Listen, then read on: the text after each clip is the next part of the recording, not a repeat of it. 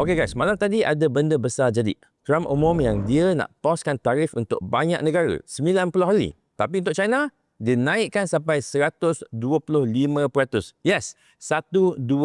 Dan benda ni semua berlaku tengah-tengah trade war yang makin panas. So macam mana boleh jadi macam ni? Sebab Trump ni dari dulu memang dah panas hati dengan China. Dia cakap China tak hormat US. Tak tahulah apa maksud dia. Lepas tu dia tuduh China pergi dump barang-barang murah dekat pasaran. Membuatkan US susah nak compete lah dari segi manufacturing. Tapi China pun dia tak duduk diam. Dia pun rasa dia hebat jugalah. Dia pun naikkan balik tarif untuk barang-barang import US ke China. So maknanya barang-barang import untuk dua-dua negara ni dah jadi mahal.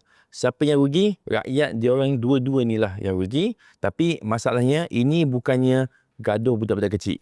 Ini adalah dua kuasa besar ekonomi dunia. Bila dua-dua dah keras kepala, semua kita kenalah. So apakah impak yang terbesar untuk China? Tarif tinggi ni membuatkan barang China yang dieksport ke US jadi mahal. So ekspor dia pun jatuh, kilang dia pun susah nak jual barang, pelabur dia pun tarik diri, market saham dia pun terjejas. Tapi US pun rasa juga. Yelah kan, bila dia naikkan tarif, barang-barang yang diimport daripada China tu naik harga. Siapa yang bayar lebih? Pengguna dekat US sendiri. Sampai kan US stock market tu, dia lost trillions of dollars. Lepas market dah teruk, barulah Trump umum tarif pause untuk negara-negara lain lah. Sekarang ni, at the point of recording, US market bounce balik about 10%. Maybe more by the time of video ni punya release. Hari ni 10 April. I kena letak timestamp on my videos sebab things are moving too quickly. Jom kita cakap pasal Malaysia pula.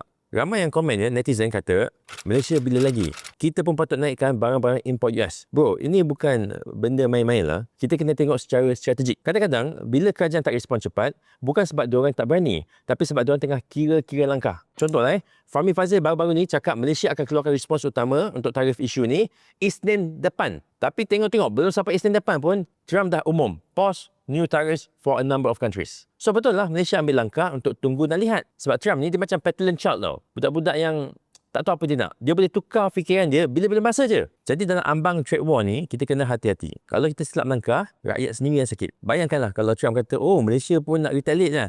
Bagi dia 80% tarif. So, I nak minta you guys untuk bersyukur dan fikir secara jauh. Kita belum lagi terseret dalam this game between these two superpowers ni ya. Kalau negara besar macam US dan China pun boleh goyang, kita bayangkanlah kalau kita pun terlibat. So jangan cepat nak suruh kerajaan bertindak keras. Kadang-kadang tindakan paling bijak adalah sabar dan tengok keadaan.